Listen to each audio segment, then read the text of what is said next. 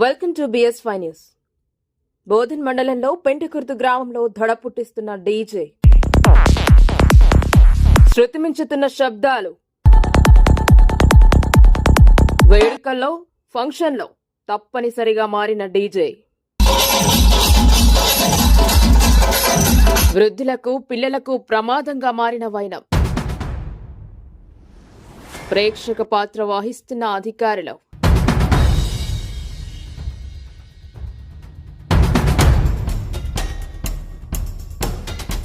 పెంటకుర్తి గ్రామంలో గత 10 రోజుల నుండి డీజే వినియోగం పెరిగిపోతోంది. శృతిమించుతూ ప్రాణాల మీదకొస్తున్న డీజే శబ్దాలను కట్టడి చేయాలని అధికారులు భావించటం తప్ప ఆచరణలో విఫలమవుతున్నారు. ఎక్కడ చూసినా డీజేలు హడలెత్తిస్తున్నాయి. ఆ కారణంగా డీజే మోత మోగిస్తున్నారు. దీంతో శబ్ద కాలుష్య తీవ్రత పెరిగిపోతుంది. ఇందులో భాగంగా సమయపాలన పాటించకుండా ఇష్టానుసారంగా అధిక ధ్వని పెట్టి ప్రజల గుండెల్లో గుబులు పుట్టిస్తున్నారు.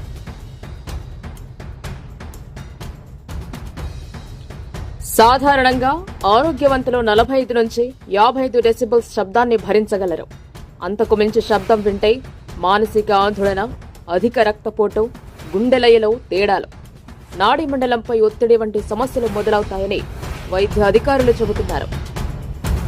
డీజేకు సమీపంలో గంట నుంచి 2 గంటల వరకు ఉన్నవారు తీవ్రమైన ఆరోగ్య సమస్యలు ఎదుర్కొంటారు.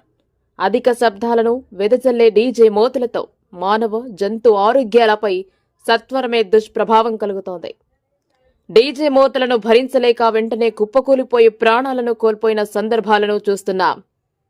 ఈ డీజే శబ్దాల వల్ల కొంతమంది గుండెపోటుతో మృతి చెందిన సందర్భాలు లేకపోలేదు.